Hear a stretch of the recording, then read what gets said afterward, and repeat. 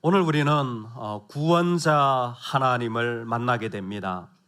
하나님은 구원자이십니다. 하나님은 구원을 이루실 뿐만이 아니라 구원의 주님으로 우리와 함께 하여 주십니다. 이 이야기를 조금 더 분명하게 얘기를 하면, 하나님은 예수 그리스도를 통하여 십자가에서 우리의 모든 죄를 사하여 주시고 그 값을 지불하셔서 우리에게 구원이라는, 즉 영원히 주님과 함께 있는 이 생명을 선물로 주셨고, 이것은 선언되어진 사실입니다. 그래서 이 법정적 선언이 우리에게 이루어진 것이 구원이고, 그래서 너는 구원받은 자녀다라는 분명한 하나님의 확인입니다. 여러분, 우리에게 믿음은 영원한 구원을 줍니다. 할렐루야. 우리가 그 구원의 자리에 들어갈 때 이 선언과 더불어서 이루어지는 것이 관계적 언어입니다.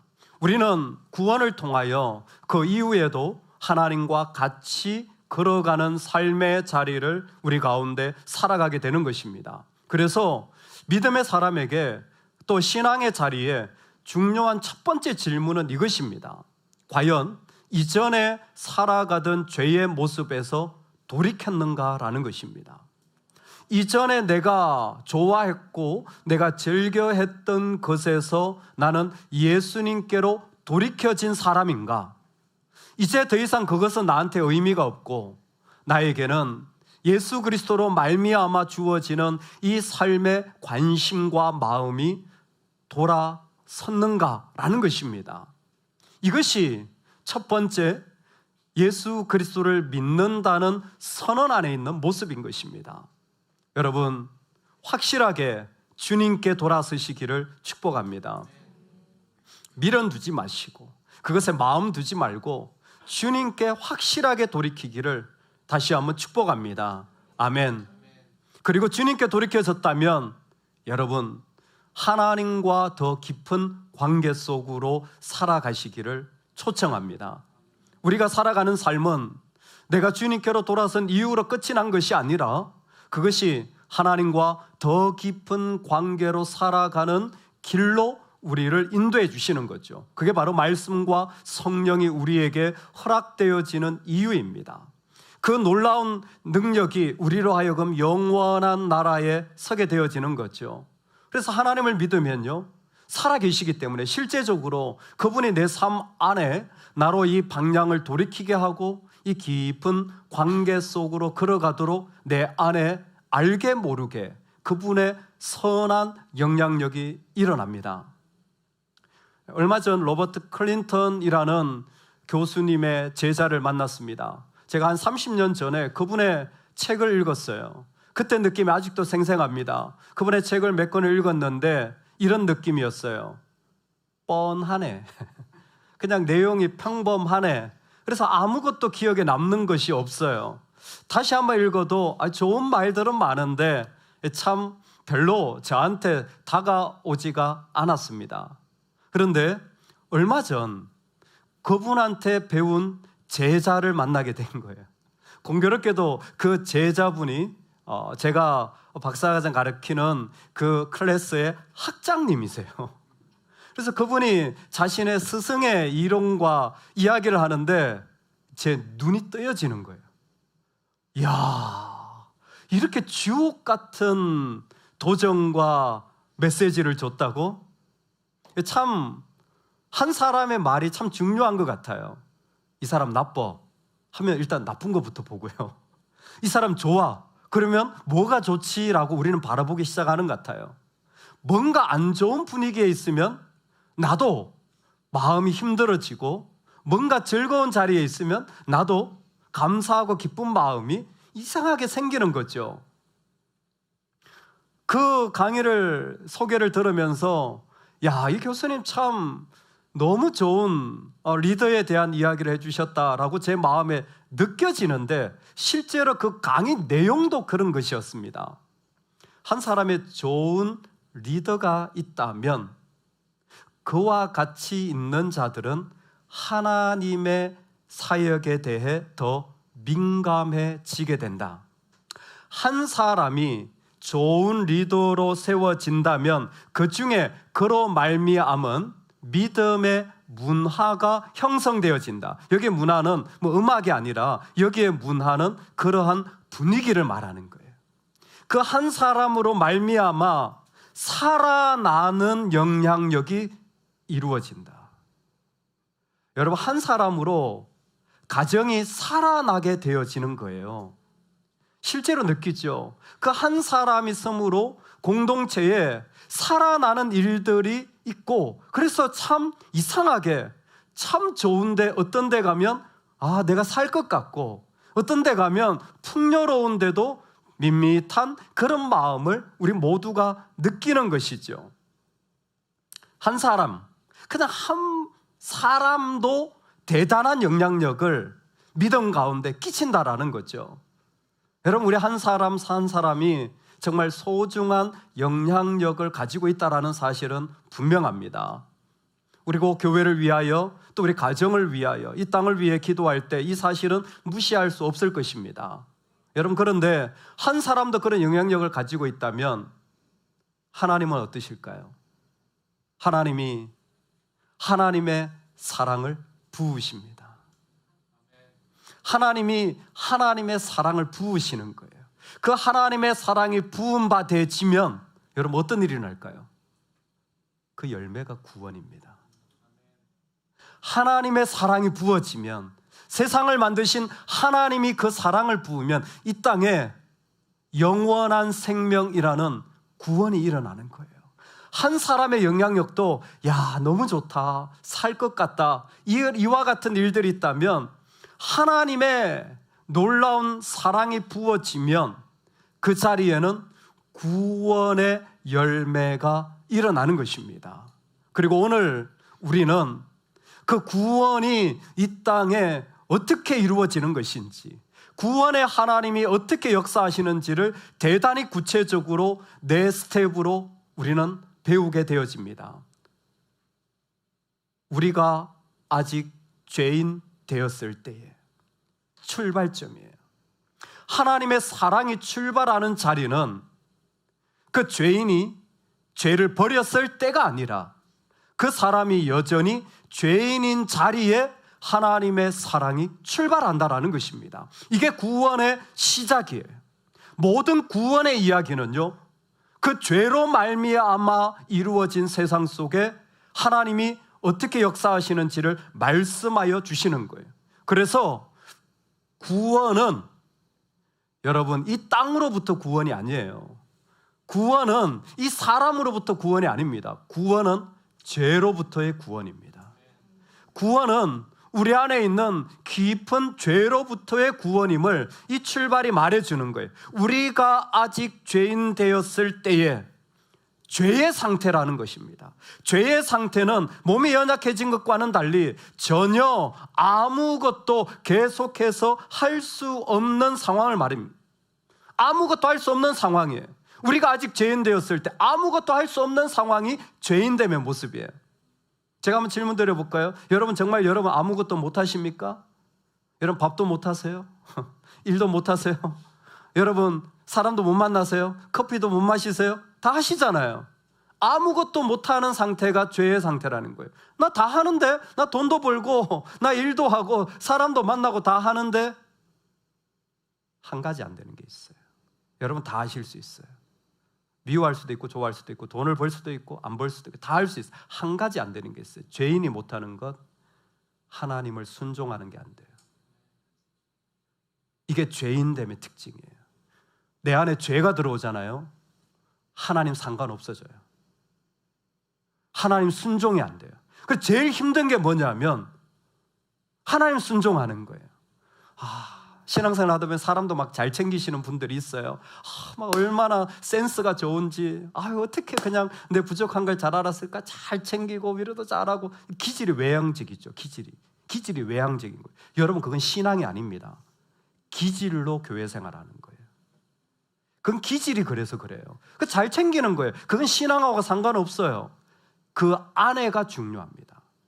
여러분 지금 인간적으로 우리가 사랑하는 것처럼 보여도요, 그게 신앙이 아니에요. 신앙은 그 안에서 하나님을 순종하는 마음으로 하는 거예요.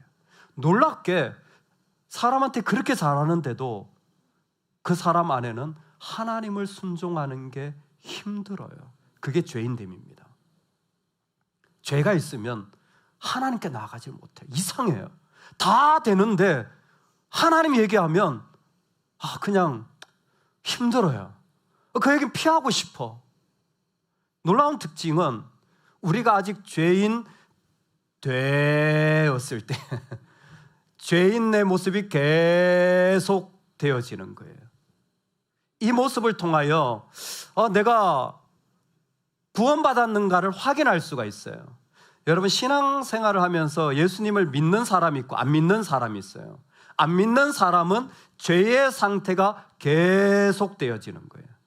믿는 사람은 믿다가 죄를 져요. 근데 그때 대단히 고통스러워합니다. 그리고 다시 회개하면서 하나님 앞에 나아가요. 그때 이런 마음이 들죠. 내가 예수 믿는 사람 맞나? 나 이것밖에 안 되나? 나 예수 믿는 거 맞아? 예수 믿는 거 맞습니다. 예수 믿는 사람은 이게 왔다 갔다가 돼요. 좋은 건 아니에요.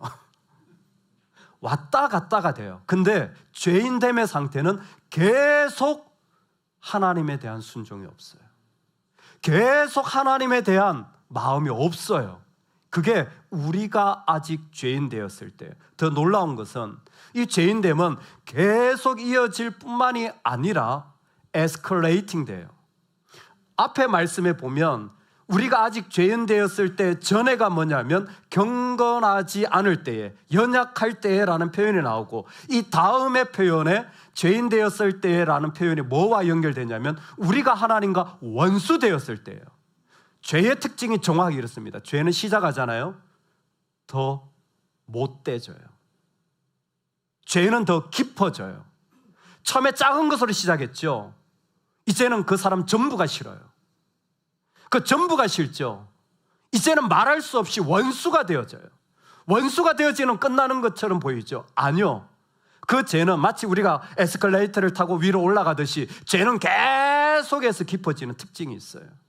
그것이 바로 우리가 죄인 되었을 때라고 말씀하시는 이유 속에 포함되어져 있습니다. 계속해서 그 죄의 일들이 점점 깊어지는 거예요. 우리가 아직 죄인 되었을 때 이 사람은 그 하나님을 향한 순종도 없고, 그리고 그 죄됨이 깊어지고 있어요. 여러분, 지금 우리 시대는 죄가 깊어질 뿐만이 아니라 죄의 구조화의 시대에 살고 있습니다. 죄의 구조화의 시대에 살고 있어요. 이미 신자유주의 시대, 경제 이론 중에 고전적 자연주의, 케인즈 학파, 시카고 학파 등등을 해서 이미 신자유주의 시대에 살고 있어요. 이 시대 특징이 뭔 줄 아세요? 죄의 구조화가 일어난 시대예요. 우리 모두가 살고 있는 시대예요. 우리는 내가 열심히 일해서 돈 벌고 성공하면 잘했다라고 말하는 시대예요. 우리 모두의 목표가, 모든 사람들이 열심히 일해서 돈 벌어서 성공하고 내 자녀 잘 키우고, 이게 인생의 목표로 시스템화된 사회예요. 여러분, 여기에서 빠진 게 뭔 줄 아세요? 신명기에 있는 말씀, 너희 중에 가난한 자를 두지 마라. 우리가 사는 시스템은 가난을 배제시키는 시스템이에요. 저는 이 부분이 가슴 아픕니다. 한국이란 토양은 제가 경험한 미국이란 토양보다 훨씬 더 이 죄를 그냥 둬요. 가난을 건드리지 않아요. 전부 내가 부여해요. 내가 잘 됐어요. 내가 이만큼 벌었어요. 나 이만큼, 그래서 가정에서도 돈 있으니까 나 따라와. 죄의 구조화가 되어졌는데 정작 가난의 자리에 대하여, 이게 죄인데 마치 당연한 것처럼 받아들이는 시대가 되어졌어요. 하나님 그렇게 말씀하지 않았어요. 하나님은 이 땅에 가난을 보고 가슴 아파하시는 분이에요.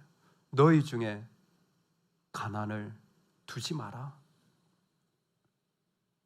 우리가 아직 죄인 되었을 때라는 것은 그와 같은 상황이에요. 아무런 하나님을 향한 마음도 없고, 아니 오히려 죄의 일들은 깊어지고 이제는 시스템화되고 제도화되고 구조화되어서 어떻게 할 수 없는 일들 속에 있을 때에 하나님의 구원이 시작됩니다. 그리스도께서 우리를 위하여 죽으심으로,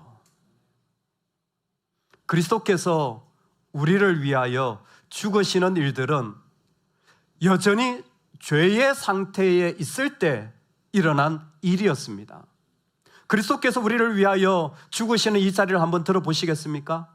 여러분, 이 시대에 어떤 역사를 이루고라도 이런 일은 없었습니다.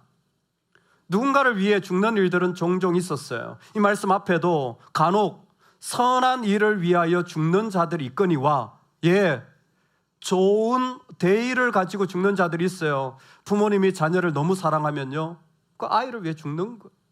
기꺼이 그 일을 하는 거예요. 조국이 너무 사랑하고 조국이 너무 귀하기 때문에 척애와 같이 목숨을 버리는 일들이 역사에 보면 종종 있습니다. 자기의 이념과 사상이 너무나 중요하여서, 그리고 국가가 중요하여서 목숨을 버리는 일들이 종종 있습니다. 그리고 너무 이 사람은 귀한 사람이라 기꺼이 내가 뭔가를 희생해도 아깝지 않은 사람들이 있어요. 할렐루야.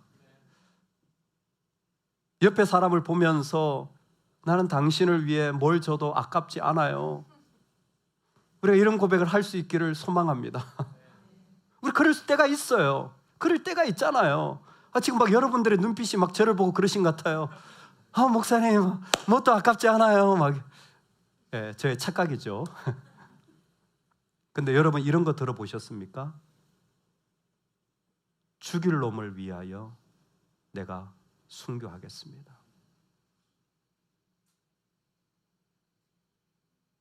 진짜 나쁜 놈을 위하여 내 목숨 주겠습니다. 악인을 위하여 내가 순교합니다. 인류 역사상 이런 일은 없었어요.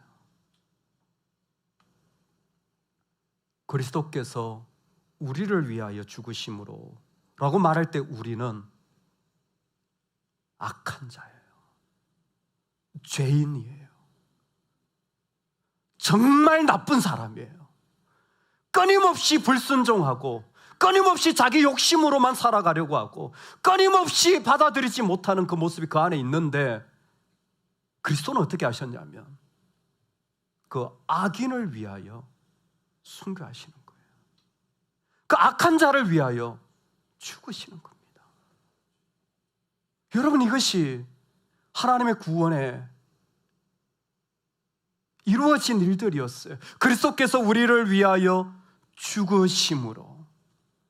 아마 이 말씀을 듣는 로마 세계의 사람들은 정말 충격이었을 겁니다. 왜냐하면 당시에 이와 비슷한 내용의 배경적인 삶의 요소가 있었어요. 페트로나이지라는 문화입니다. 소위 말하는 후원자 문화예요. 요즘도 비즈니스 하면요, 만나는 분들을 클라이언트라고 부르잖아요. 이게 당시 로마에서 나온 거예요. 내가 돈이 있어요? 그러면 누군가를 후원합니다. 그러면 그 후원받은 사람은요, 나한테 충성하는 거예요. 그 사람은 돈이 없어서 내가 준 돈으로 자신의 삶의 자리를 일으킬 수 있었고 그 기회를 받았기 때문에 보답으로 나한테 충성하는 거예요. 어떻게 보면 지금도 비슷한지 몰라요. 참 돈이라는 게 무서워서요, 돈을 주잖아요, 충성을 요구하는 거예요. 이 관계가 이루어지는 거예요. 이 관계가 좀 심할 때 로마에서는 실제로 자신한테 어떤 부자가 많은 걸 주잖아요, 목숨까지 주는 경우가 종종 있습니다. 내 후원자이기 때문에, 내 가정을 일으켜줬기 때문에, 내 자식의 길을 열어줬기 때문에 목숨을 주는 경우가 간혹 있었어요. 그러니까 이 문화를 어느 정도는 이해하는데, 세상에 아무것도 후원받은 것도 없고, 아니 오히려 말할 수 없이 악인인데 자신의 목숨을 내어드리는 한 분, 예수 그리스도이십니다. 우리가 얼마나 악한지에 주님은 청량하지 않으시고 묻지 않으시고 그 모든 죄의 값을 받아내시는 거였습니다. 그것이 구원의 시작입니다. 여러분, 우리가 받은 구원은 예수님이 그 모든 죄를 그대로 받으신 거예요. 악인을 위한 순교의 이 마음에 너무나 놀라운 부분은 무엇이냐면, 그렇게 그 죄의 값을 받아내신 예수님에겐 죄가 없으시다라는 겁니다. 예수님은 죄에서 완전히 자유하신 분입니다. 고린도후서에 하나님이 죄를 알지도 못하신 이를 우리를 대신하여 죄로 삼으신 것은, 예수님은 개인적으로 죄를 생각지도 않으시고 경험하지도 않으시고 완전히 죄에서 자유로우신 분이에요. 죄에서 자유로우신 분을, 죄를 알지도 못하시는 그분을 죄로 삼으신 거예요. 여러분, 이 부분이 참으로 놀라운 신비입니다. 예수님은 죄가 없는데 죄로 삼으신 거예요. 예수님 이꼬르 죄냐? 아닙니다. 그런데 하나님의 심판의 관점에서 보면, 하나님의 관점에서 보면 예수님과 죄가 구별이 안 되는 거예요. 왜? 사람의 모든 죄들이 그의 어깨와 삶 위에 옮겨졌기 때문에 하나님의 관점에서 예수님에게서 죄와 예수님 구별이 안 될 정도로 예수님을 죄로 삼으신 거예요. 여러분, 여기에 복음의 신비가 있습니다. 예수님은 죄에서 자유하신 분이에요. 예수님이 죄에서 자유하실 때 예수님은 그 죄에서 자유한 모습으로 하나님의 요구, 하나님이 죄에 대하여 징계하셔야 되는 그 하나님의 죄의 값, 그것을 그대로 받아들이십니다. 언제? 죄에서 자유하신 분이야말로 하나님의 요구와 부르심에 응답할 수 있는 거예요. 이걸 디바인 이니시에이티브라고 해요. 거룩한 요구. 여러분, 신앙생활이 똑같이 이루어지는 거 아세요? 우리 안에 죄가 있잖아요. 하나님 말씀하시면 100배 부담이에요. 근데 내 안에 죄가 무너지잖아요. 그 사람은 하나님의 요구에 대하여 자유하게 되어져요. 신기하게 똑같아요.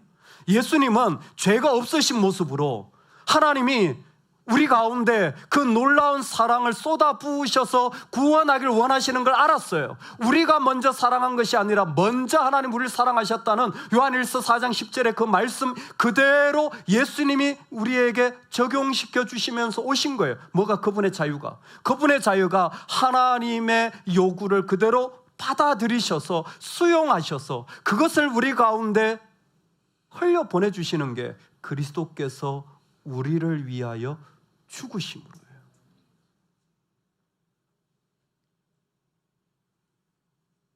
내가 하지도 않은 일을, 아니 나하고 상관도 없는 일을 그리스도인이 예수님을 믿을 때 그 죄에서 자유해진 자들이 그의 하나님의 요구에 응답하여 달려가는 거예요. 여러분, 돈이 있어서 섬기는 것 같죠? 능력이 섬기는 것 같죠? 아니에요. 그럼 교회 망가집니다. 교회는 죄를 자복한 자들이 성령의 자유하신 가운데 하나님 앞에 순종하는 것이 이 땅의 섬김이에요. 다시 한번 부탁드립니다. 여러분이 돈이 있다고 섬기신다면 멈춰 주십시오. 여러분, 능력 있다고 말씀하실 수 있다면 멈춰 주십시오. 내 죄가 회개되어지고 그 안에 자유함으로 배우자를 만나시고 자녀를 만나시고 하나님의 나라에 걸어 들어가시기 바랍니다. 우리가 아직 죄인 되었을 때 그리스도께서 우리를 위하여 죽으심으로 자연스럽게 이어질 수밖에 없는 것이 하나님께서 우리에 대한 자기의 사랑을, 여러분, 이게 우리의 핵심입니다. 저를 따라서 한번 같이 하겠습니다. 구원은 하나님의 사랑이다. 구원은 하나님의 사랑이다. 여러분, 구원, 내가 받은 구원은 천국 가는 것, 이 땅에 잘 되는 것 다 좋아요. 로마서가 말씀하고 싶은 건 이겁니다. 그 악인을 위하여 순교하신 예수님께서 우리로 하여금 그 자유 가운데 우리를 일으킨 자리가 무엇이냐면 하나님의 사랑이 쏟아부어지는 자리에 우리를 세워주신 거예요. 구원은 하나님의 사랑입니다. 하나님의 사랑이 그 가운데 쏟아진 거예요. 구원은 우리를 먼저 사랑하신 그 사랑, 우리가 하나님을 사랑한 것이 아니요, 먼저 우리를 사랑하신 그 주님 하나님의 사랑이 예수 그리스도에게 그대로 심어진 거예요. 여러분, 한 번 더 제가 이 부분에서 중요한 원리를 강조하고 싶습니다. 말씀드리고 싶어요. 제가 뒤로 물러서지 않으려고 해요. 좀 어려운 것들도 좀 들으시고 아셔야 될 필요가 있어요.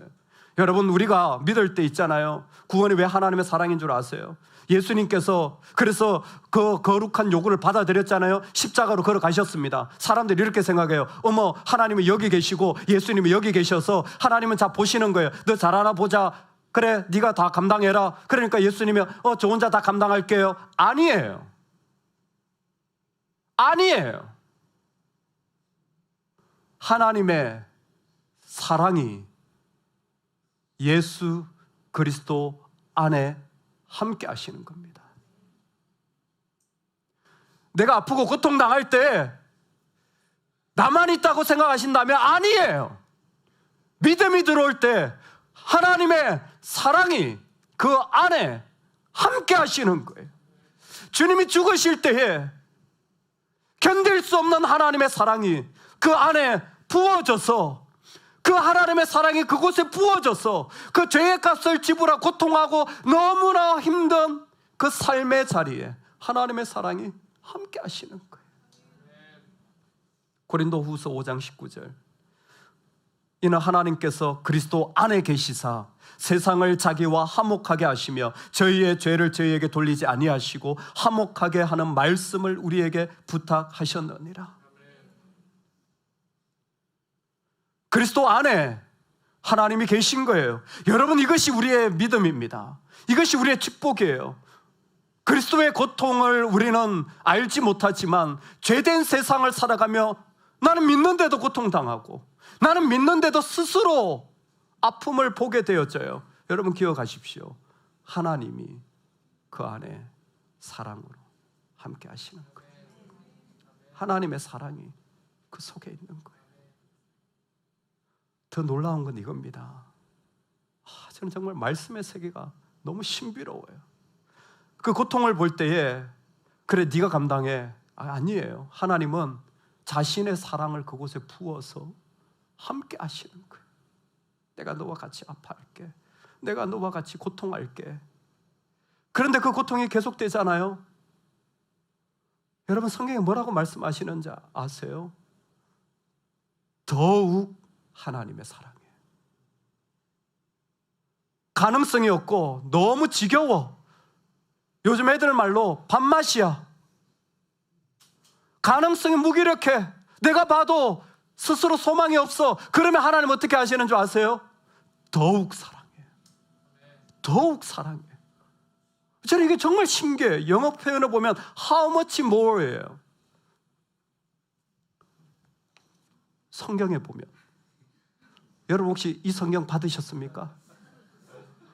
못 받으신 분은 오늘 다시 받아가시기 바랍니다.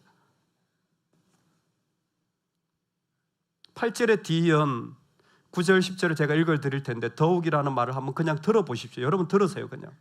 그러면 이제 우리가 그의 피로 말미암아 의롭다 하심을 받았으니 더욱 그로 말미암아 진노하심에서 구원을 받을 것이니 곧 우리가 원수 되었을 때에 그의 아들의 죽으심으로 말미암아 하나님과 화목하게 되었은즉 화목하게 된 자로서는 더욱 그의 살아나시는 말미암아 구원을 받을 것이니라. 아멘.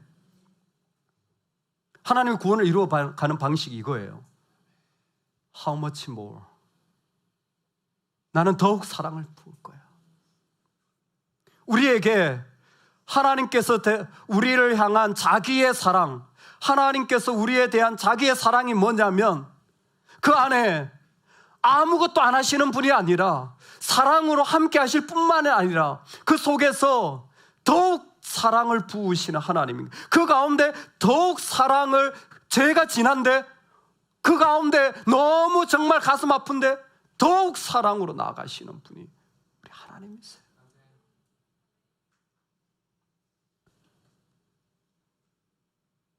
자기의 사랑을 확증하셨느니라.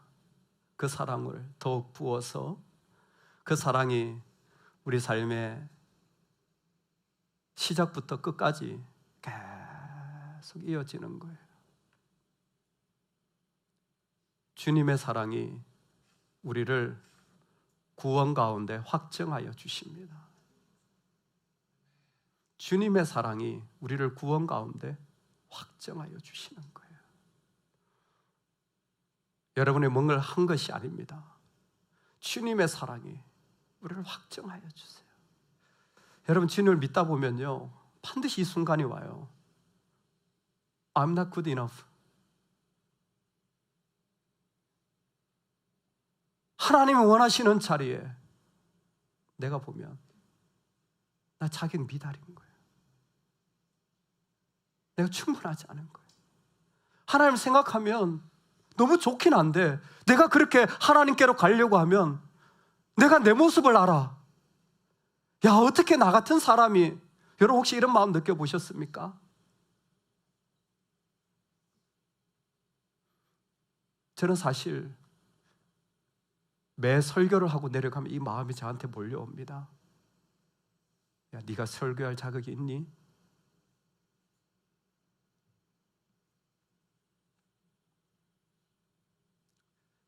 저도 모르게 그냥 그런 기도가 나와요. 하나님, 이 십자가 언제쯤 멈춰 주시겠습니까? 어떻게 제가 거룩하신 하나님을 전하고 나눌 수가 있단 말입니까? 저 같은 인간이 어떻게 하나님을 설명할 수 있단 말입니까? 제가 제 자신을 알거든요.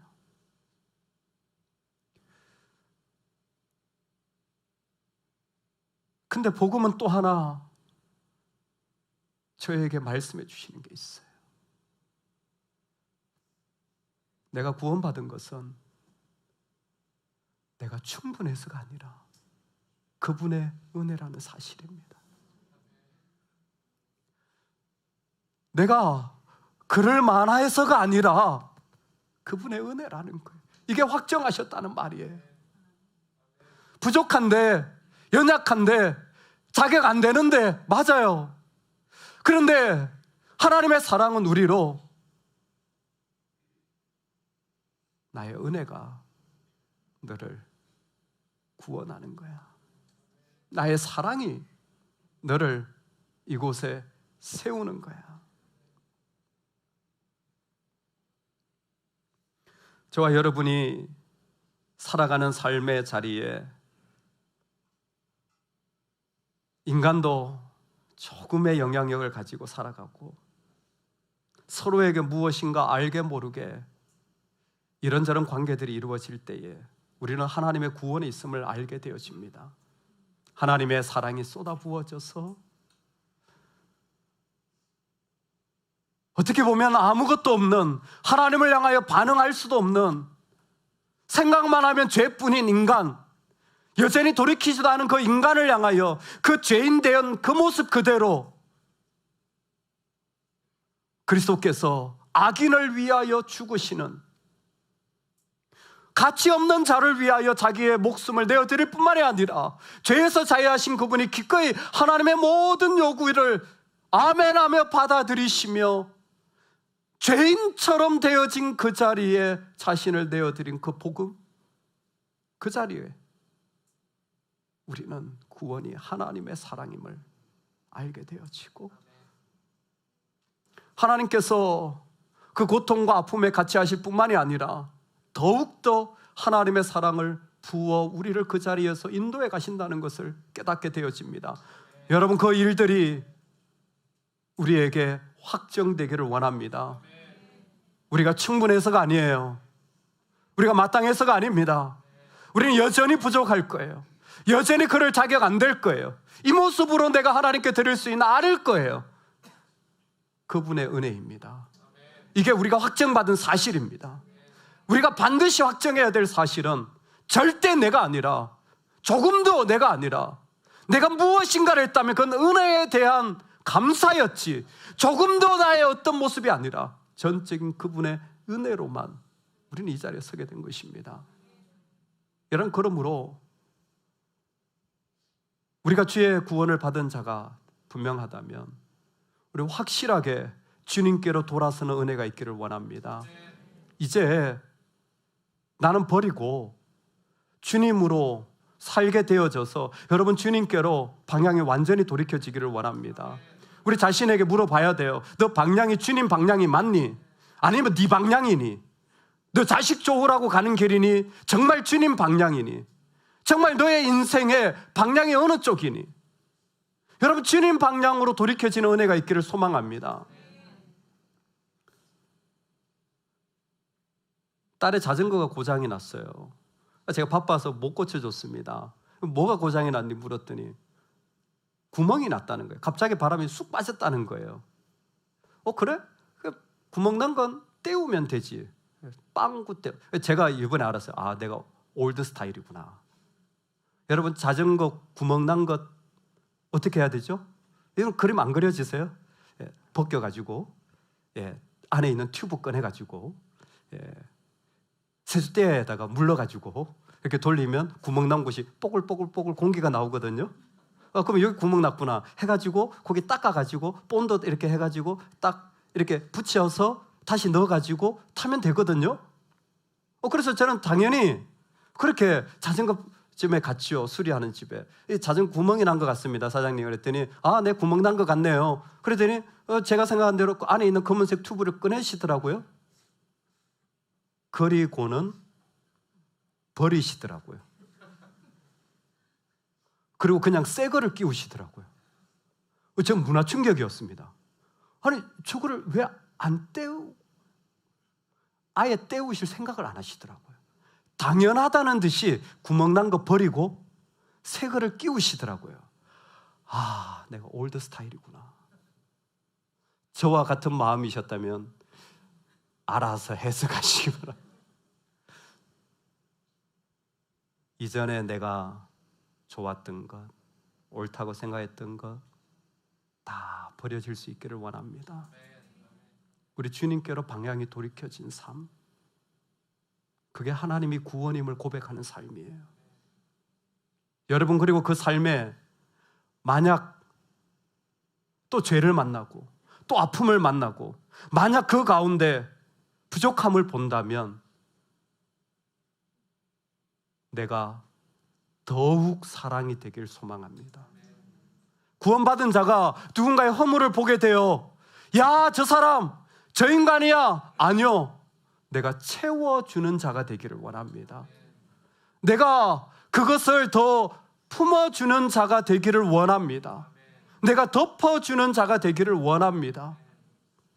더욱 사랑을 부어주는 구원의 사람. 여러분, 이 시대 우리가 그와 같은 모습으로 이 땅을 살아가는 은혜가 있기를 축원합니다. 아멘.